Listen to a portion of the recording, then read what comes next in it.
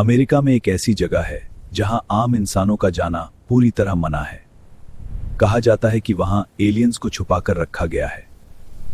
उस जगह का नाम है नेवादा। रेगिस्तान के बीच मौजूद ये जगह दुनिया की सबसे मिस्टीरियस लोकेशंस में गिनी जाती है।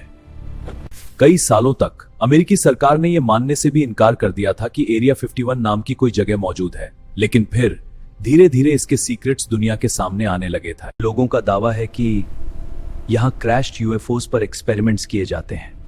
कुछ लोग कहते हैं कि सरकार के पास एलियंस की टेक्नोलॉजी मौजूद है। 1947 में एक मिस्टीरियस ऑब्जेक्ट क्रैश हुआ था।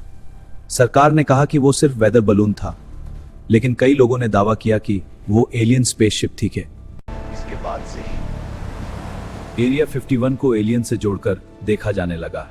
लोगों का मानना है कि रॉसवेल से मिली चीजों को एरिया 51 में छुपाया गया।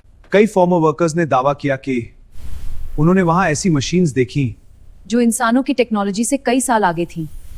कई फॉर्मर वर्कर्स ने दावा किया कि एक साइंटिस्ट बॉब लेज़ार ने तो यहां तक दावा किया कि उसने खुद एलियन स्पेसक्राफ्ट पर काम किया था।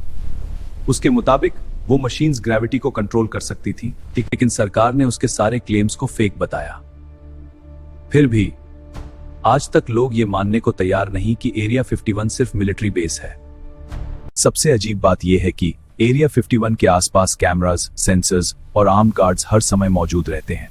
यहां तक कि पास जाने पर वार्निंग भी दी जा रही है। कुछ लोग कहते हैं कि सरकार दुनिया से एक बहुत बड़ा सच छुपा रही है, एक ऐसा सच जो इंसानों की सोच बदल सकता है। लेकिन सवाल आज भी वही है, अगर वहां कुछ नहीं है तो फिर इतनी सिक्योरिटी क्यों? क्या एरिया 51 सिर्फ एक मिलिट्री बेस है, या सच में वहां एलियंस मौजूद हैं? क्या सरकार हमसे कोई बहुत बड़ा राज छुपा रही है, या ये सब सिर्फ कॉन्स्पिरेसी थियरीज हैं? शायद एरिया 51 का असली सच आज भी उन बंद दरवाजों के पीछे छुपा हुआ है।